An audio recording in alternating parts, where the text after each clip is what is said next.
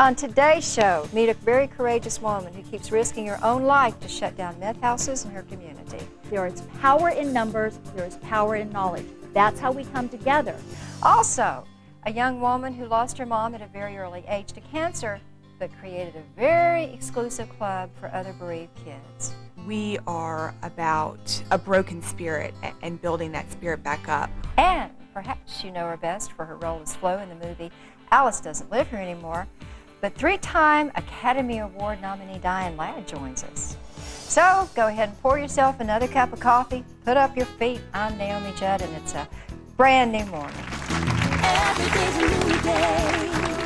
Every day's a new way to help somebody who needs somebody like you.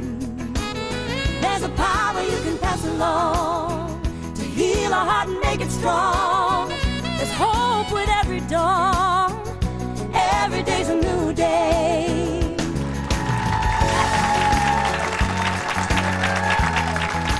Hiya! Good morning. I think there's two kinds of people in the world. Those that wake up and groan, oh, good God, it's morning. And those that wake up and say, good morning, God. Which one are you? Yay! But where do you go? Where do you get the power to make a big change when you got stuff going on in your life? Do you think it comes from inside sometimes, or sometimes do you find it around you? Well, today we're going to be talking about how important it is to band together, supporting one another so that we can get to be stronger. I'd say we're all stronger than we think we are. We're really smarter than we're giving ourselves credit for. We're going to meet some pretty incredible people on today's show. We've got a woman who made everybody join hands in her community to accomplish something absolutely astounding. We're also going to show how to, when you help somebody else, it really pays a dividend because it makes things a lot better.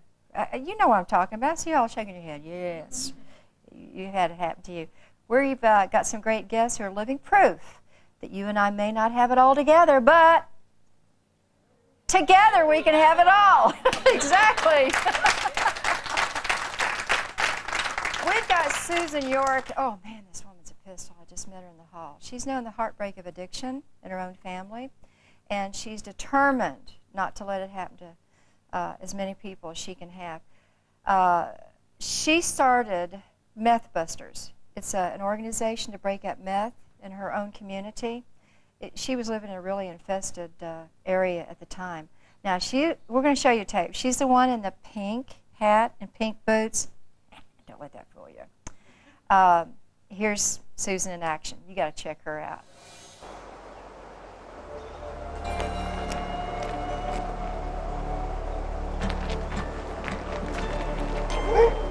We're going to take the dog down and see what we can come up with. Keep your hands in plain view.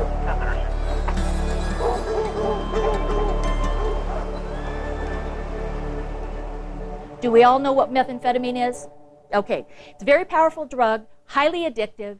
It will get you the first time. Now, like I said, this drug is so evil, and it is after everyone, but so are the good guys. My name is Susan. I live in Snohomish, Washington, and I help citizens come together in a partnership with law enforcement to take out drug homes that have infested in their neighborhoods. I am the Executive Director of Lead On America. Lead On stands for Law Enforcement Against Drugs in Our Neighborhood. I am here only because I went through a terrible, terrible nightmare. My story is simply moved into a very quiet cul-de-sac in Linwood, just off the Mukilteo Speedway. I have a drug home in my neighborhood. I know nothing about methamphetamine. All of a sudden, there is a nightmare I'm in the midst of. Word on the street was that it was meth. Meth is the most highly addictive drug right now. There's nobody that will use it once. I know I'm not the only one that's been affected by meth. Is there anybody in the audience you've been affected by meth? I just wanted to say that methamphetamine has damaged our life so much because of our daughter who became addicted to meth. We bailed her out 3 times. You hate the addiction, but you love the addict. This drug has no boundaries. It takes everyone. and it's even after you. So how do we come together and how do we stop this? Susan is unique, and she has a passion for what she's doing, and she never gives up. There is power in numbers, there is power in knowledge. That's how we come together.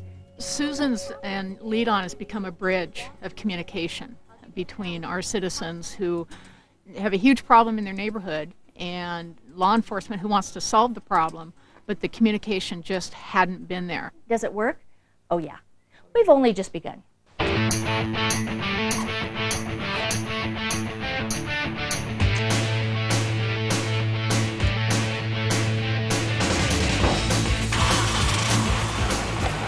I knew that I was being called to do this. When you're called to do something, you heed the call.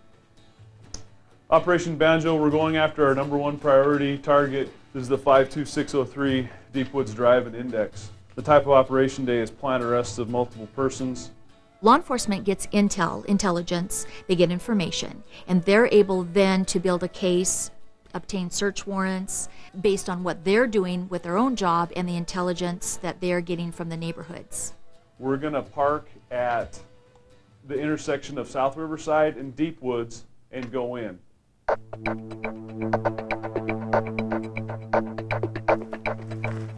When was the last time he was here? He's here.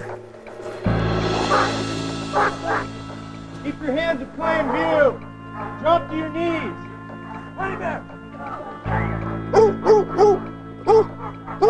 There's always suspect of methamphetamine and crimes associated, so we're up here to take a look. They've got intelligence based on information they've been working on for quite some time, and now they have cuffed a couple people because they're looking for their prime suspect.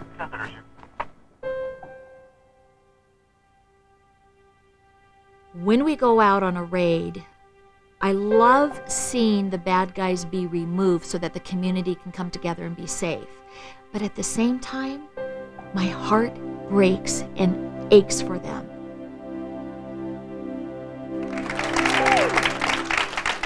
My mom always told me to hang out with good people. Look, Mom, I have clergy girlfriends, Rabbi Sherry Hirsch and Reverend Susan Sparks.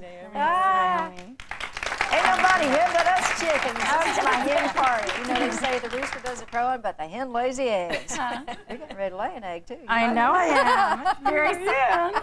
Okay, you all are pastors. This is what you all do, too, on another level. How does one individual get the motivation to do something so dangerous? You know, I think it's a statement about pink cowboy boots, first of all. You know, and I noticed your cowboy boots. Did you see got that? mine on, but they're not pink. I'm not worthy. Not worthy in the color.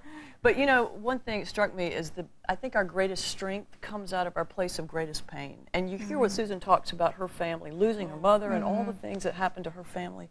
And that took her into this amazing place of courage where she goes out into these dangerous places to protect people from what happened to her. Like Candy Lightner, who started MAD, Mothers Against Drug Violence, and John Walsh, of course, America's Most Wanted. But she's a spitfire. I mean, with the pink hat and the pink boots. I mean, the other part of it that's so beautiful is that she didn't work against law enforcement. I love that she worked with law enforcement. But how do we know where to begin?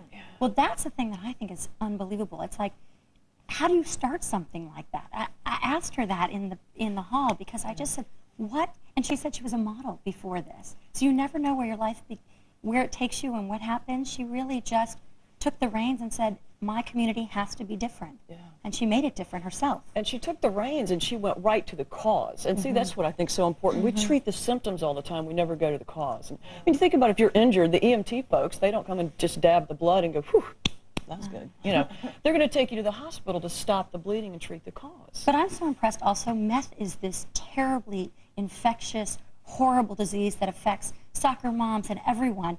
And she's fearless. She just goes after it. Doesn't matter who it is, she's going after that drug. And I think so many of us, I speak for myself, I'm afraid of drugs. I don't know anything about it. And she too. She was afraid of them, but she just went after it. And up next, you better clean up your act, because we're going to have the pink lady here. Oh, good. And boots and everything, baby. And later on, we're going to get to hear from our rising star, Sarah Lee Guthrie. Yep, Arlo Guthrie's daughter. That makes her Woody's granddaughter. Talent all in the family there.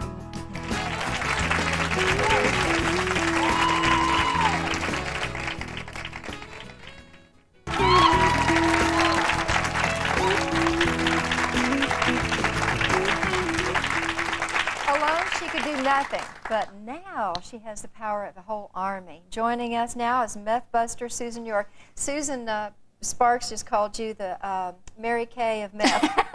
The pink thing, I love that. Agent Pink, yes. So this was a calling. Absolutely, it was a calling. I grew up with drug addicts all around me. My first boyfriend was a drug addict. And then, of course, my mother was addicted to prescription drugs, and I didn't know that until my late 20s. And, you know, she found the Lord, met the Lord, she got clean, and everything was going well. She got out of rehabilitation, everything looked great, and then, boom, I'm in a nightmare. One day I stopped in at a neighborhood pharmacy, and the pharmacist told me that my mother had had a prescription drug filled, which was very scary because not only was she supposed to not be on medication, but the doctor that prescribed it was not supposed to be prescribing medication to her. I knew, and I was terrified. I thought, oh my gosh, I'm going back into this nightmare again. And it happened that later on that week I got a phone call, and my mom was just distraught. She was mumbling, she was crying, and I was so ill I couldn't talk to her. And so I was put in bed, very ill, and I ended up, she called me that night and she wanted to talk to me, and my husband answered the phone and said she's so sick she can't come to the phone. And it ended up, she said to my husband, would you just tell Susie that I love her? Oh, no. And was that the last time you ever talked to her? Yeah, and something told me, Naomi, something told me something was not right. And I picked myself up, I got in the car, I drove over, and I drove into the driveway, and behind her car was the gray medical van. Oh, no, the MEs, the medical exam. And it ended up being that I walked through the door, and there she was laying on the ground with the sheet pulled over her, and I had a pregnant sister leaning over her. Why is this drug the worst enemy right now out on the streets? It is very... I know it's cheap. Yes. And it's just so powerfully addictive. It is very powerfully addicted, and it is so inexpensive to manufacture, and there's never a one-time use. They always use, and they go after it, and it attacks the serotonin and the dopamine part of the brain. Those are our feel-good chemicals. That's really at the root of all addictions, though, isn't it? Those chemicals. It is. And when you don't feel good and you're going to self-medicate, this is that drug that is going to get you. So that's where I came up with Lead on America. But now you've gone on to bust 39 meth houses? I left a $60,000 a year job to do this. I wanted to bring... $60,000 a year? Yeah. Jeez. I was a marketing director, and I wanted to bring my mother, her suicide death, some dignity. And also members of the family that I lost to methamphetamine, I wanted to bring that together and really make a difference. You're working hand in hand with law enforcement. Mm-hmm. That's really, you went from one person to the army of... Right. I want to bring a partnership between citizens and law enforcement, because I don't want you or anybody else to go through what I did. And it works. Absolutely. Wow. There's power in numbers and there's power in knowledge. The good guys will win. Yay! The good guy wears the white hat, the good lady wears the pink. It's an honor to meet you. You keep doing what you're doing. Thank you. You got more tricks than a Swiss Army knife, though. You're a smart lady. Coming up next, we have a very unique club that could heal the soul of a young person, maybe even that you know.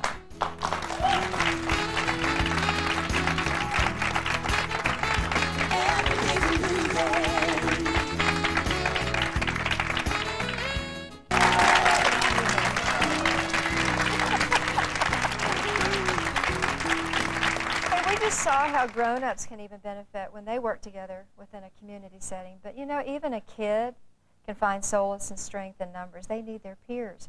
Kate Atwood was only 12 years old when her mommy died from cancer. She felt completely alone and was devastated. So when she grew up, she started a club where grieving kids can turn their loss into something that allows them to grow. Let's watch.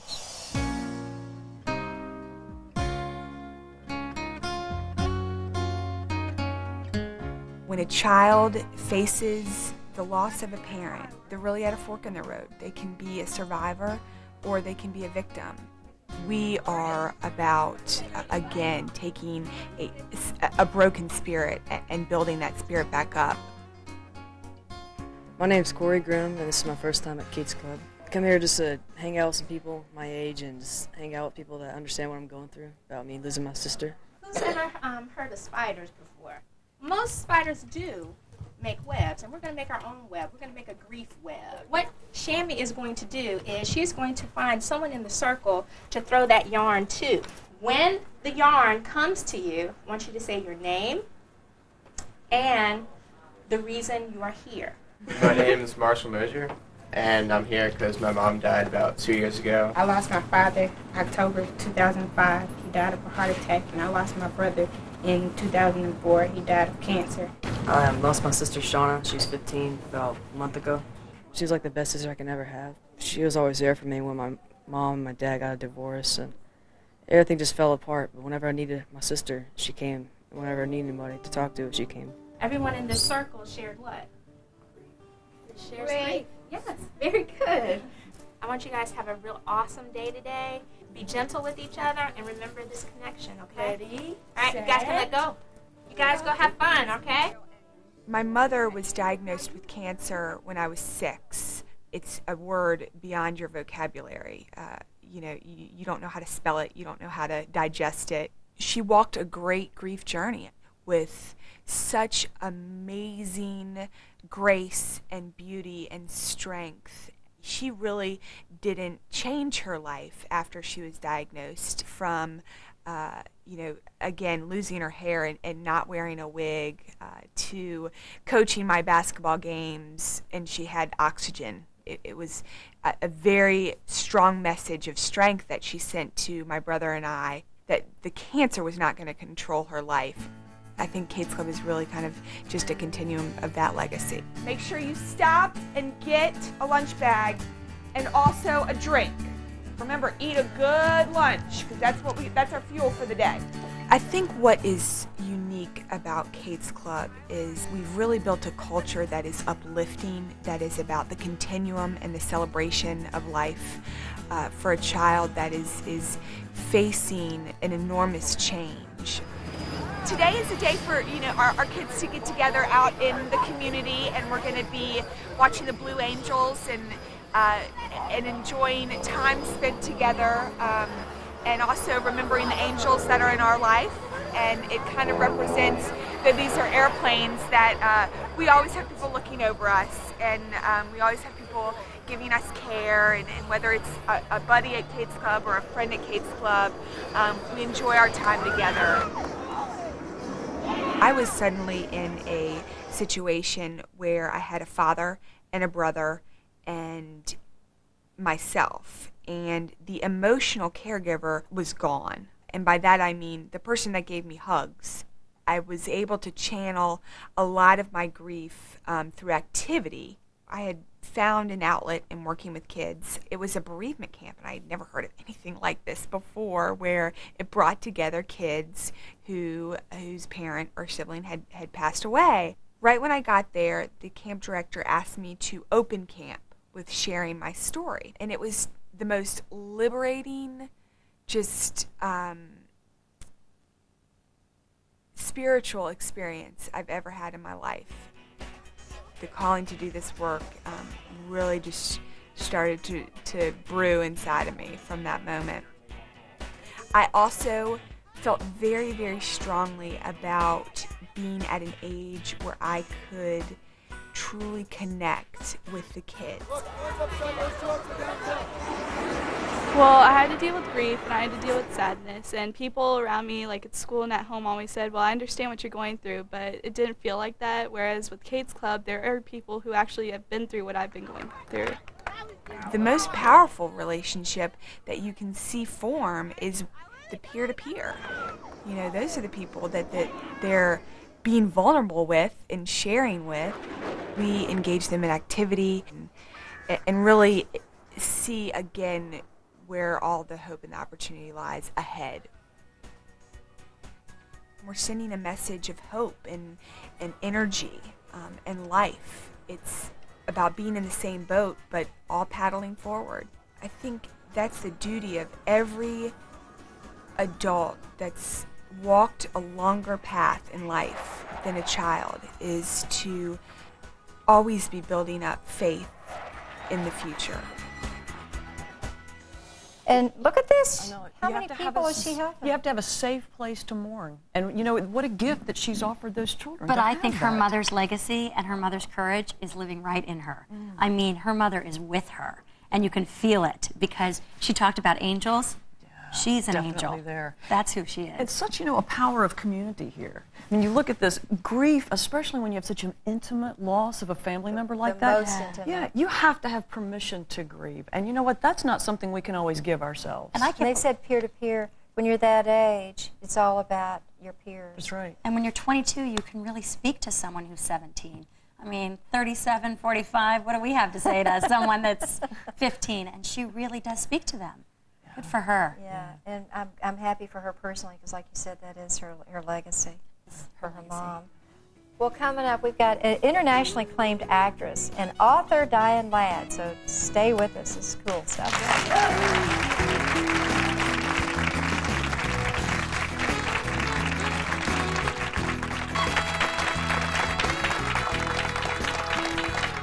Well, today we're talking about this exponential quality that comes out of people coming together for healing.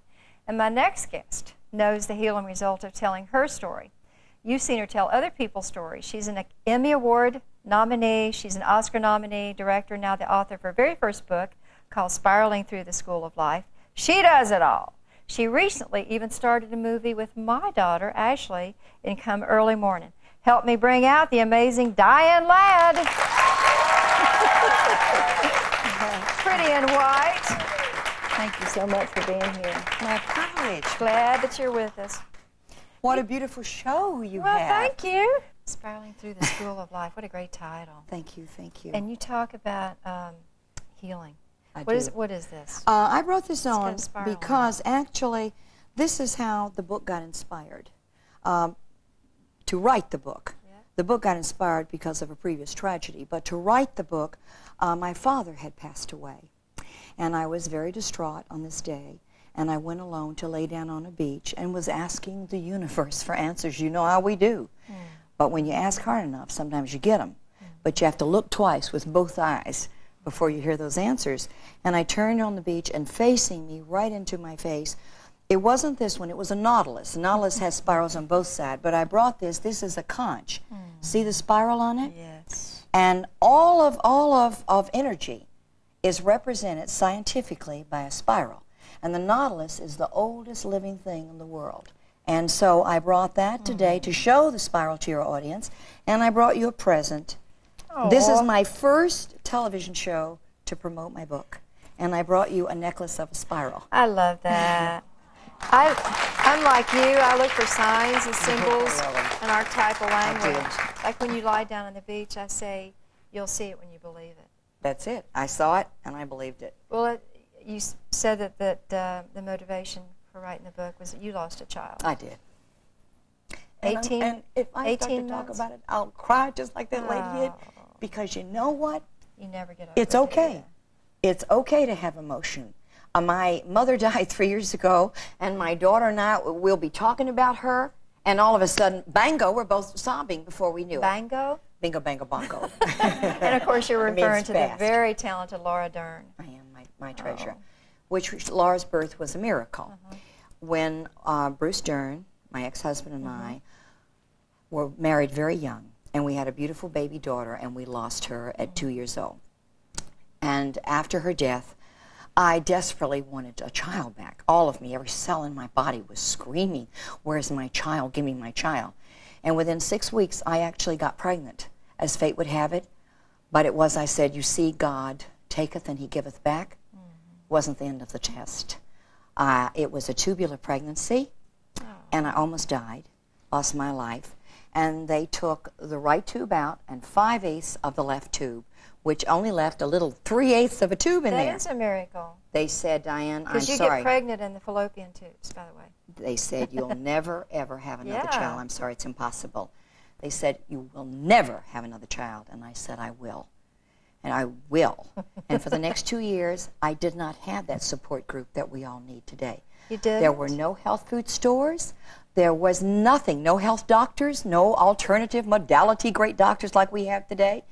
And I spent 2 years. Of course, you're a big champion of integrative medicine approaches, and we have a lot of the same Today, friends. I am privileged to be on the board of the advisors for the National Foundation for Alternative Medicine in Washington, D.C., NFAM. I'm really proud of the fact that you're speaking now about your story. I mean, you tell other people's stories up on the big silver screen, but it's so powerful to know that we're not alone. Well, you know, when I did lose my child, the day of her funeral, which was a pretty horrible day because there is so much horrible guilt connected when you lose a child because the parent is not supposed to outlive the child. And I was in utter agony that day, and I got off the bed to go into the room after the funeral where friends had gathered. And what do I see? A friend. The person that is serving everybody else was a woman named Jane Andow, who had been thrown off a horse, broken her neck, was told by the doctor she'd never walk again, and she said, I will. And she is in my living room with her neck in a brace like this, I read this in serving the other book. people. That gave me, truly, the feeling that I could do it, that I could use that supportive, loving, supportive energy to go forward and somehow, with God's grace, rise above this moment in time. Oh, yes. And I thought, okay, Jane Ann, okay. And the result is that I have spent 30 years in hospitals doing medical intuitive work and doing healing. I even became an ordained minister, so if you wanted me in that room and your friends or family said no, they can't stop me from coming in if you want me to come in there.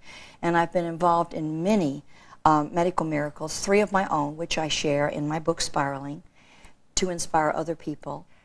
I appreciate you. You're doing good stuff I out there. appreciate you too. Thank you so much for being here. It's Be my sure and privilege. check out her book.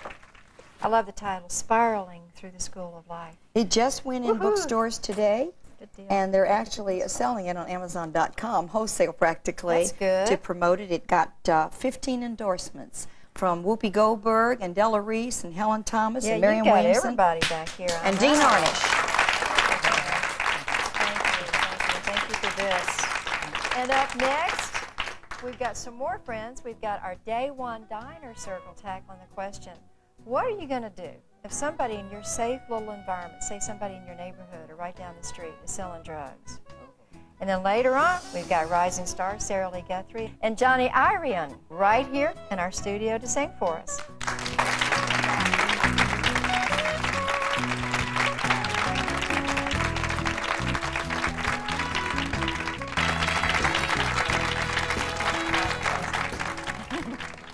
We're just talking about maternity clothes, how they didn't have cool stuff now. Oh, now they have everything. Great stuff. Everything. Yeah. Pregnant Sherry Hirsch, non-pregnant Yeah. Susan Sparks. Yeah. So back to you this morning. Do you want to make an announcement? Oh. We'll Hey, hold Mom. that. Okay, good. So we're looking at the strength in numbers. And Sherry, tell us what you talked about at the Day One Diner. Well, it's everyone's nightmare, Naomi and Susan. Someone moves into your community, they're a drug dealer, and you think it could never happen to you, but it does. So I got together with a few of my clergy friends, and we thought we'd counsel people and figure out what if it happened in our own community, and what would we tell others if it happened in theirs.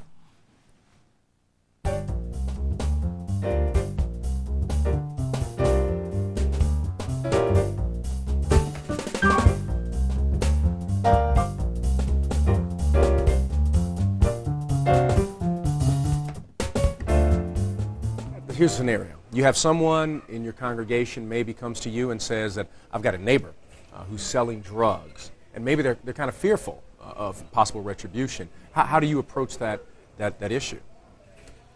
I think the fear of retribution is a real thing. I mean, we can't mess around with this. How do you confront it? You don't do it alone. You go to the authorities, and you go to your community, your religious community. And one of my favorite scenes in Toni Morrison's book, Beloved, is when the whole community comes together to say, no way to the guy who's come to carry her back into slavery. And I think you take the whole community and you put that community right in front of that house and say, no way. You have to encourage this person to be courageous. It takes a lot of courage at times in a situation when you know in some situations, justice system-wise, this person may be back on the streets in a week and back at that house in a week. And if they know that you're the one that reported them, then indeed it might put you in danger. So you need to do it discreetly, you need to do it anonymously, but you need to do it for the good of I others. think someone comes to their rabbi or to their pastor because they need you to take on the responsibility.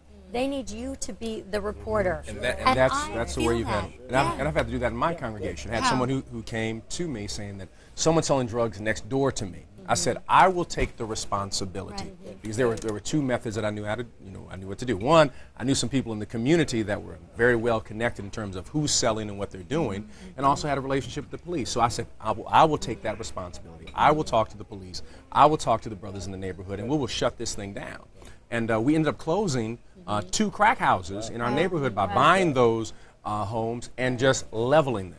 And so I think it's important that the faith community understands that we don't want to put it on an individual, but we want the community, as you mentioned, to join together and say that this is not going to happen in our neighborhood. But I think this is really nice because this is one of those situations that if my congregant doesn't feel comfortable coming to me, that if I have a good relationship with you, my congregant can go to you and say, Otis, I need help with this situation. This is a community situation. The principle here, though, I think is important for us to grapple with a bit, and that is it's easier sometimes just to ignore a situation like this. You've got a neighbor that's selling drugs and you just ignore it, thinking if I leave them alone, all is well. But I think there's a deeper principle to say, but by intervening, I'm going to save some young person's life or someone else's life. And so I am my brother's keeper, and I want to make a difference. Well, in my own congregation, and I've had a similar experience as you have had, Otis, but we make it known that there's no tolerance for drugs. That's right. Zero tolerance. And also that we are a congregation that stands up for the community and stands against the use of drugs, that to have a drug-free zone in our community. So we've done marches and we've gone and we've bought property. So I think it is important to get the community involved so that the person isn't alone. But I also think that it is important to teach in the congregation there's no tolerance, and to tell people that they have some support and some way to face these things so that they're not doing it alone. The principle goes deeper than drugs. I mean, if you're living next door to someone that's abusing their child, somebody needs to say something. So it's a deeper principle than just drugs. I mean, Billy, you know that is, you don't want to ruin relationships. I mean, people are deeply afraid, but we need to, I'm afraid. But there is a holy power in community. I mean, there is something about a group of people rising up and saying, not here. And there's a holy power in doing what's right. Bottom line, when you do what's right, God's with you. You're a pastor, though. I could see you really resonated when they said something about the meth user. Yes, and that the phrase holy power of community. I mean, when a community stands up, there's 2 groups that are being ministered to here. It's the neighborhood that's being protected, but it's also the dealers in the house. These people are doing their violence because of a place of pain. By the community saying no, it's protecting the community, but it's also offering an alternative to them. It's a beautiful way to look at it. So you're saying you'd actually go to the drug dealer? Yeah. As a pastor? Absolutely, absolutely. In conjunction with the community and the police or the authorities, absolutely. I think people should think more about going to their priest and their rabbi and their pastor, because you automatically think you have to go to the police. Yeah, that would never occur to me in a situation like this. My cop friends have all said that having a good neighbor is really the best security system. So you have email for us. I can't get used to this. I do, actually. Let me read this wonderful email. Having never touched a computer in my life. Oh, Naomi, we got to change that. It's so much fun. So much fun. Not going to do it. All right, well, I'll read it to you then. This is a great message from Ellen Fogarty. She says, Dear Naomi, after losing my husband a few years ago, I went through a deep depression. Through the loving support of my friends and neighbors, I was able to get through that difficult time. I want to say that I look forward to your show every week. Aww. You talk about meaningful issues which are so needed in these times. Oh, thank you for that. We try to be, I think Americans feel real isolated, and especially when you're going through something like grief, my word. But what we're trying to do with the show is give people a vicarious sense of community. You know, and you girls are my friends. When I was going through something recently, and you and I talked about it, and you wrote me a note last week, and I mean, this is serious stuff. We're real. We actually are friends. And I feel so, I can't believe I've got friends who are clergy. But this show has become a community for Yes. people. I mean, Yeah. my Yes, friends and family watch. They cry every week. I mean, it really has become their community, and they look forward to it. But that's exactly, we want you all to keep writing us emails like that, because we want to know what's going on in your life, your office, your community, or whatever, so that, I mean, we're all in this thing together, like I said in the beginning. I certainly don't have it all together, but together there is this holy power. That's a great term. That is. Never heard that before. Yeah. So if you've got also a question that you want the Day One Diner to bring up, you're getting free advice. Oh, good. I'll bring it up to Otis. We'll definitely talk about it. Just go to Naomi's New Message Morning Board, Naomi's New Morning Message Board at faithstreams.com. Click on feedback. We'll be right back. I'm going to teach you to do it. Yeah, right.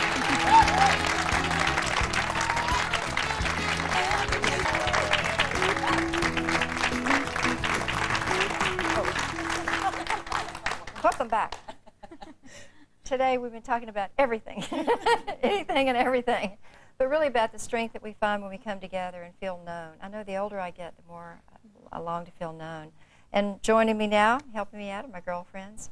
Of course, Sherry Hurst, Susan Sparks, and Timberly Whitfield, you cutie patootie, the host of New Morning Weekday. You guys talk about community all the time, don't you? We sure do. In fact, we had this great story on recently about a man, 80-year-old man from Morton, Mississippi, who still makes house calls. He's a doctor, and he's delivered 400 babies in his community. So the community has grown, I would say. He's really helping the community. He's helping the community. But the community really depends on him, not just for his medical expertise, but also his friendship. Good stuff. What do you have final thoughts about our story on community? Well, the whole power of community, it dawned on me we have two communities to draw from, our friends and family, but also the community of God, too, our spiritual community. So we have to remember there's two places to draw. I was thinking our tradition says you save one life, you save the world, and that one person with their community can save a world. All right. There you go. Let's go home. Thank you very much. Done. Our rising star, Sarah Lee Guthrie, comes from a very famous family of musicians, and she married a guitarist and songwriter, Johnny Irian. Here they are now, singing Holding Back from their brand new CD, Exploration.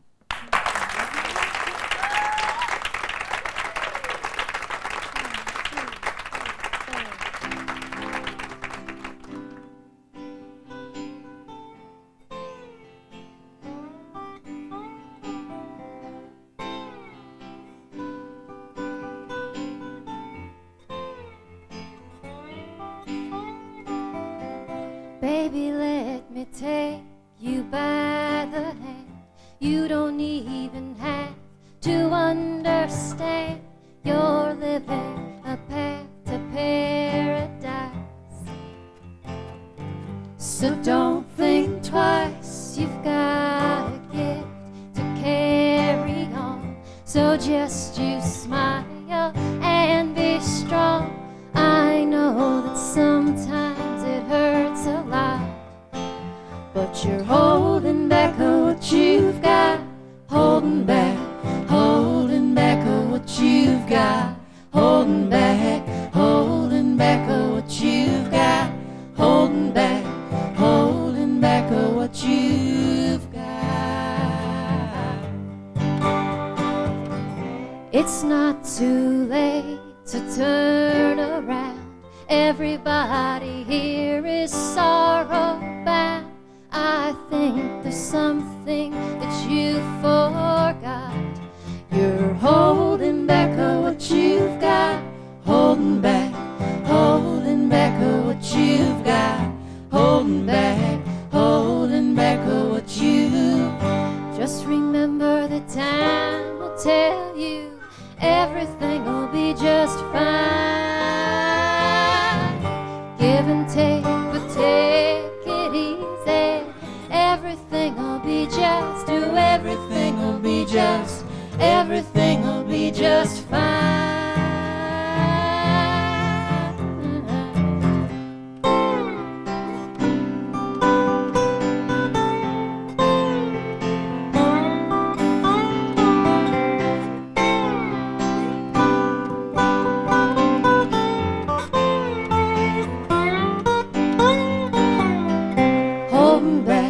holding back what you've got, holding back what you've got, holding back what you've got, holding back what you've got.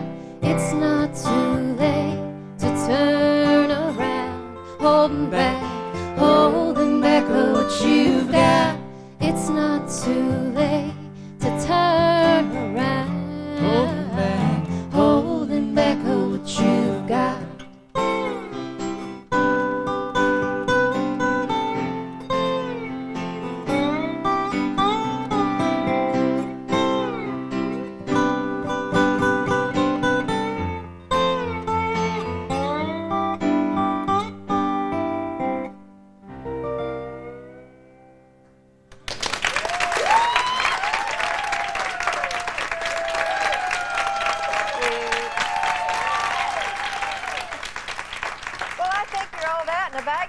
Oh, well, thank you so much. And I understand you're going to go on tour in Australia as the whole family.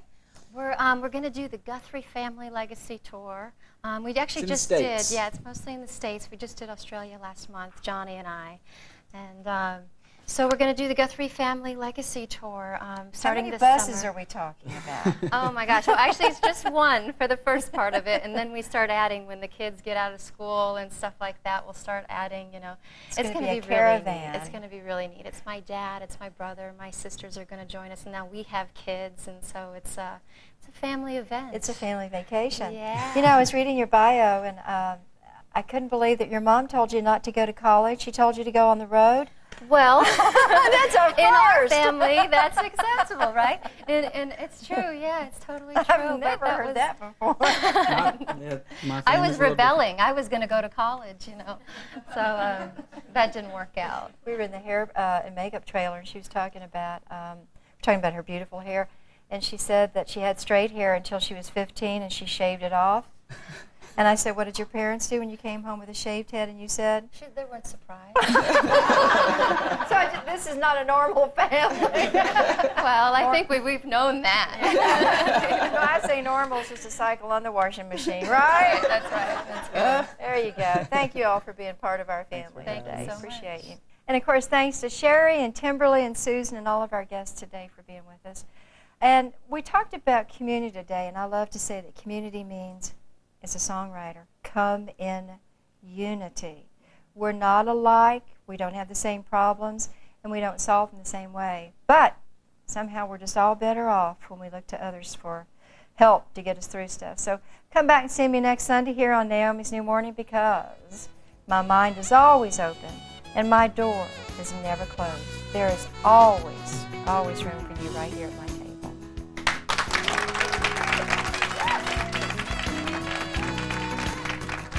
Every day's a new day.